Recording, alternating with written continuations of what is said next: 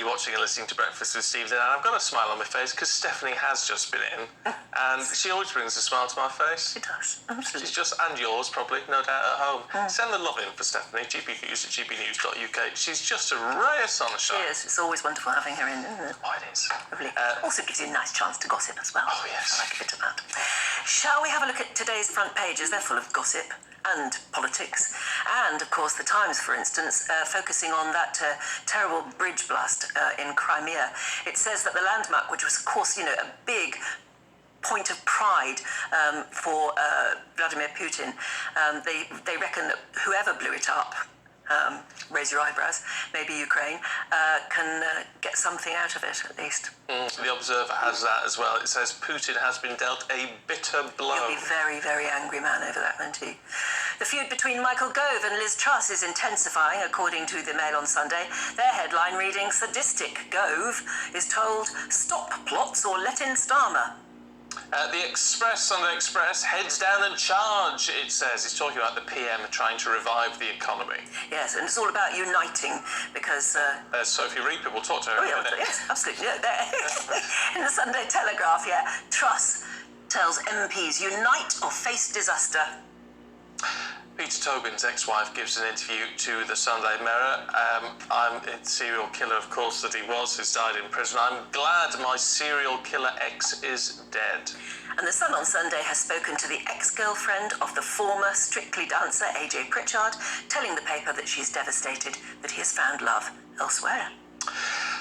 Let's talk to the author and journalist Susan Holder and former special advisor to Boris Johnson, Jack Sellers, who are both here in the studio this morning with their take on the stories this morning. Susan, Yes. Sunday Telegraph, Russell Crowe, Yes. of all people, has been dishing out some cash. Of all people, yeah. So apparently a independent bookshop in Norwich called Bookbugs and Dragon Tales Bookshop launched a crowdfunder on Thursday. They were struggling, like many small companies and particularly small independent bookshops are struggling at the moment. They launched a crowdfunder to try and kind of shore up their business, and within hours received a surprise £5,000 donation from Russell Crowe, the Gladiator star.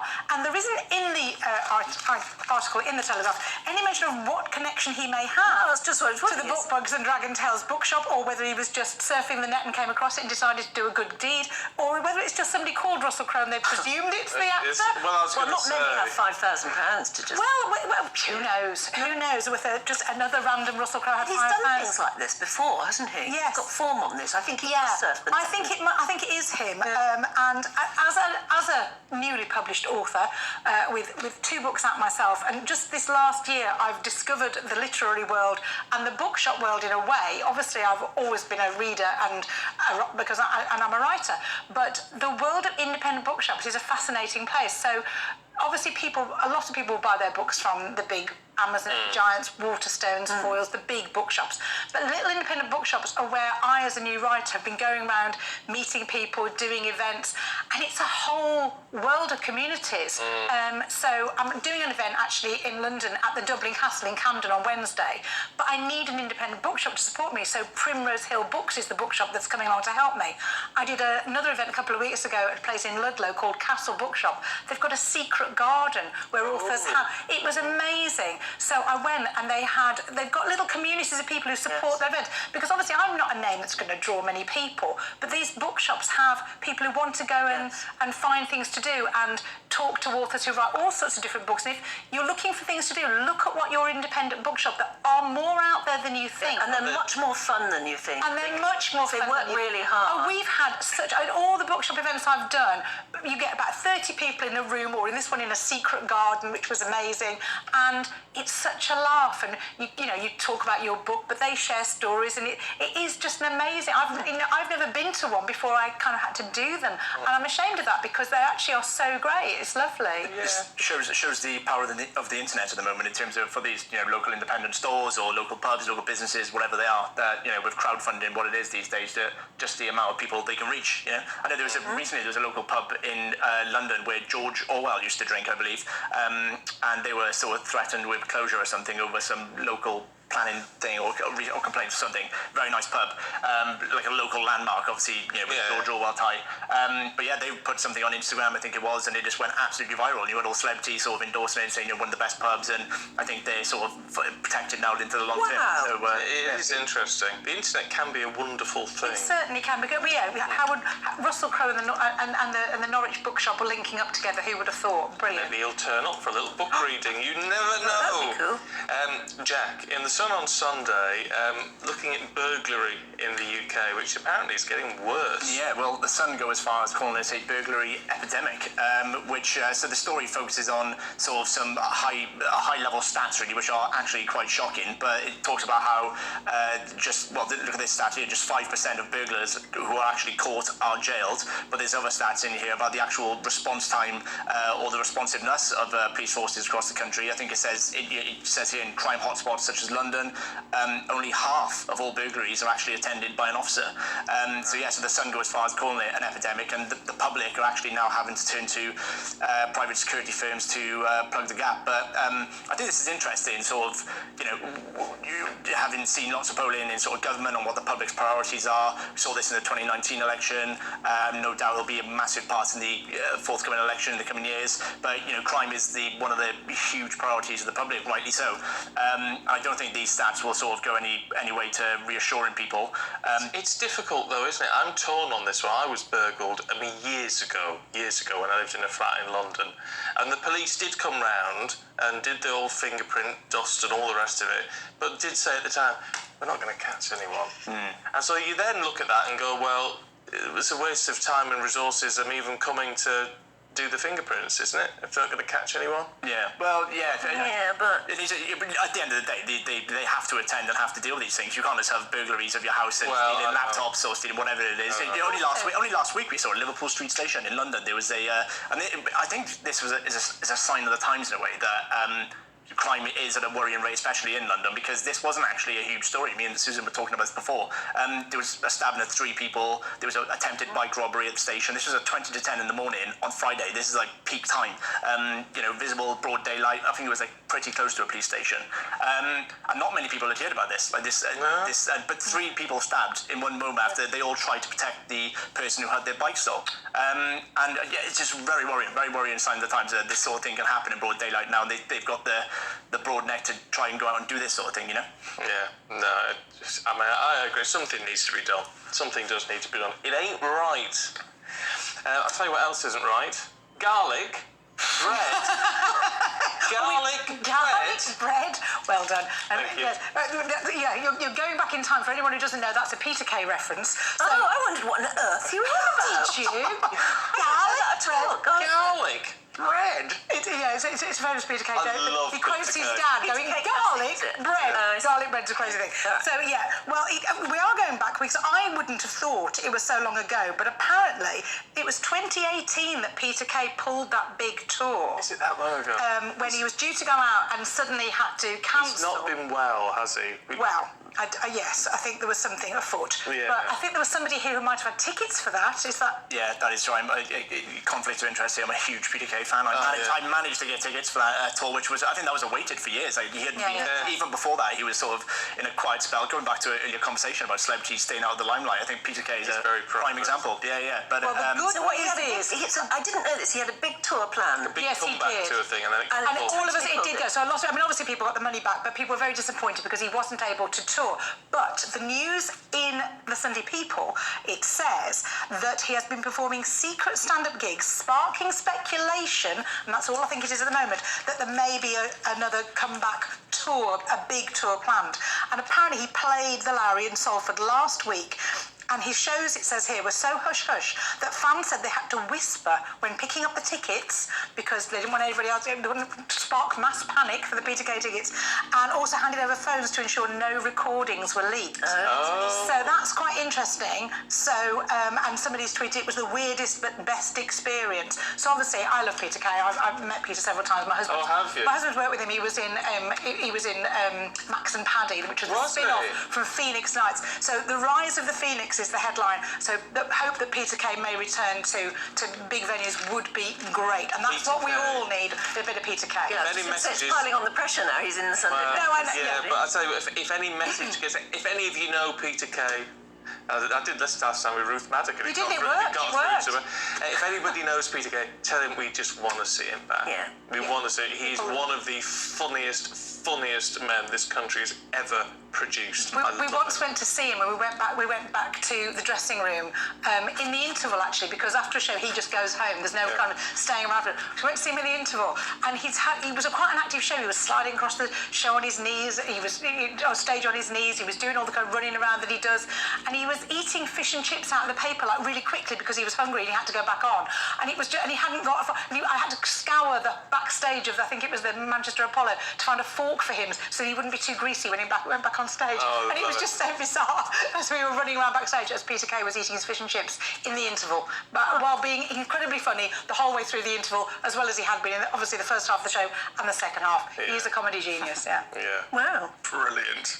Meanwhile, back to boring old politics, and Suella Braverman, the new Home Secretary, is being outspoken about cannabis. Yeah, sorry to bring the tone back to a less light note, but it carries on with the theme of sort of crime, etc. But yeah, so basically, the Times running a story saying that the Home Secretary Suella Braverman is thinking of making cannabis a Class A drug, and I think this will be interesting for your viewers. I'm sure this is a very controversial Marmite sort of subject. A lot of people have views on whether it should be legalised or whether it shouldn't stay. Never can you get them to compromise. Never can you get them to compromise. But it's interesting in the light that only in the last few days, President Biden put out a series of tweets where he was talking about the federal legalisation of marijuana in the US, and even sort of presidential pardons for some people who have got who have been convicted for carrying cannabis or something in the past. But this is going to be one of these Marmite situations for the country. Personally, I grew up in South Wales in Caerphilly. I knew a lot of people who smoke cannabis quite lightly. I sort of agree with Suella. I always saw cannabis as a bit of a gateway drug. Me and Susan were talking before this that it can lead. It opens up. People smoke cannabis and they say, "Oh, I'm fine on cannabis," and so I'll try cocaine or whatever. I'll try next thing, and it just leads and leads and leads. And then you also get those. You get loads of people who actually can never just leave in. It makes them more paranoid and all this sort of stuff. So, but look, your viewers are going to have. And you get other people who say it's absolutely fine. And it's absolutely fine. Yeah, and you see CBD oil. You who drink alcohol, don't you tell me? Yeah, exactly. And there's arguments about the sort of it's used across the country on such mass that the economy could benefit from taxing it and all this sort of stuff. But your viewers are going to have some serious views on this, and I'd be interested to see what they say. But for me, I think Suella is going down the right path on this. Not just drive it more underground. Because you're not going to. You see, the thing is, the gateway drug argument. I remember mentioned this the other day. Professor David Knott, who was the drug czar, who said A, alcohol is more dangerous, and B, it's a gateway drug because it's illegal. And if it was taken out of that legal sphere, it then isn't a gateway drug. But also just on the alcohol argument, I've seen lots of studies from others who say that cannabis is actually much more harmful than alcohol. I think the very, very strong stuff is, but if you legalise I think it does. It's a chemical and it affects different people in different ways. Yes. And I've definitely known people who thought they were just very light smokers of cannabis and thought it was just as, it's no worse than having a drink, or it's no worse. And the paranoia and mental health issues that has resulted, I would say, point very heavily to the cannabis use that they have. But it's legalised in several states in America now, isn't it? Yeah. And the argument for legalising goes back to the other story that we had about crime, actually. Yeah. A legalisation of it to a certain extent, and I'm not arguing for or against, because I do think it is one of those things I can see it from both sides. But actually, if you legalise it and it decriminalises and stops the crime around it to a certain extent, the impact then could be beneficial. And that seems to be the experience in California, doesn't it? Yeah. But look, even in the UK, we're starting to see it being more. It's becoming a more open market than what it was 20 years ago. With CBD oil now is quite widely used, and it's used for migraines and all that sort of stuff. So that's running contrary to my own argument. But but that has no cannabinoids in it. No, it's just, not yeah, addictive. no, yeah. Yeah, and I If think you're that high or confuses people. I've spoken to older people who really would benefit from Yes. CBD oil, but they won't touch it because they think they're doing something that's a bit dodgy and it's Yeah. a drug. So I think, in a way, putting those two things together is misleading for people, actually. Yeah, but whatever happens, it'll be interesting to see the reaction of one of your viewers, the country, to this sort of moving in this direction. Whether they do. Well, I tell you, it'll be the same. There'll be 50% totally against it and 50% Yeah, for it. there will be, yeah, And there will be. well, I've done so many over the years, haven't you? So many interviews about legalising cannabis, and you can never get. You can't get consensus on it at all. Yeah. I don't know. I'm naturally very anti-drug, but I also look at it and say, well, they've tried so much over the decades and nothing yet has Nothing worked. yet has worked. Yeah. So, Yeah. do we need a fresh approach? I don't know. I don't know that putting it in Class A is necessarily going to do the right thing, but I don't know. Well, what they could do with the lessons on disagreeing well. Susan, you've got a story then. Yes. Generation Z, Generation Z. So we being had taught a how to conversation. disagree. I asked whether it is Generation Z or Z, and apparently it's Generation Z. So now we know Yes. who they are. I'm still not quite sure. But that generation, Young people. I think they're 13 to yes, young people. Young people. people. The 13 to 26-year-olds. Oh, is that right? 13 to 20. That's what it says here. I'm only That pretty quoting. much Don't covers quote my me sons then. They're all Gen on Z. this. Yeah. Yes, my son's just out of that then because he's 27. What generation is he? We don't know. But anyway, schools and universities are talking about introducing classes on the art of disagreeing well. Well, I'm not against this really, because I think we should disagree with people and be able to listen to other people's point of view and healthily disagree. But I just think my husband will think this is hilarious that I'm talking about lessons on how to disagree, because I don't need any on that. Because You're always right. no, because Oh, sorry. no, that's not. Well, but thank you for that. But yeah, yes, we have, maybe I'll just agree with that. But no, but see, I'm arguing with you already. Apparently, my default position is to argue first and then kind of talk about it later. Yeah. And I think it's because I was parented in a way that I was told no a lot, not wrongly actually. And I think as a parent, tell your kids no. It's quite good for them in many ways, depending on what you're telling them no about. But actually, it's good to have, if you set the bar quite low on what you'll tolerate and you say no a lot, children learn to kind of argue and fight their corner, and there's nothing wrong with that. I once remember speaking to a friend of mine who wasn't told no a lot. She was kind of given everything she wanted as a child, and I was always quite jealous of that. But as we got older, she said that she ended up in quite an abusive relationship. I never learnt how to fight my corner.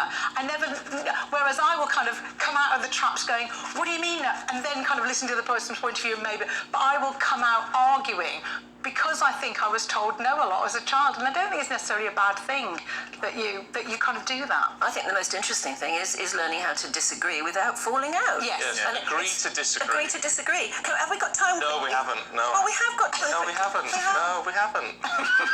We haven't, because in fact, I tell you what I'm going to suggest. You don't want me to sulk? I'll give him what for during the break. I will. I'll tell you what I'm going to do is I'm going to ask our lovely director to drop the headlines, Yeah. if you would.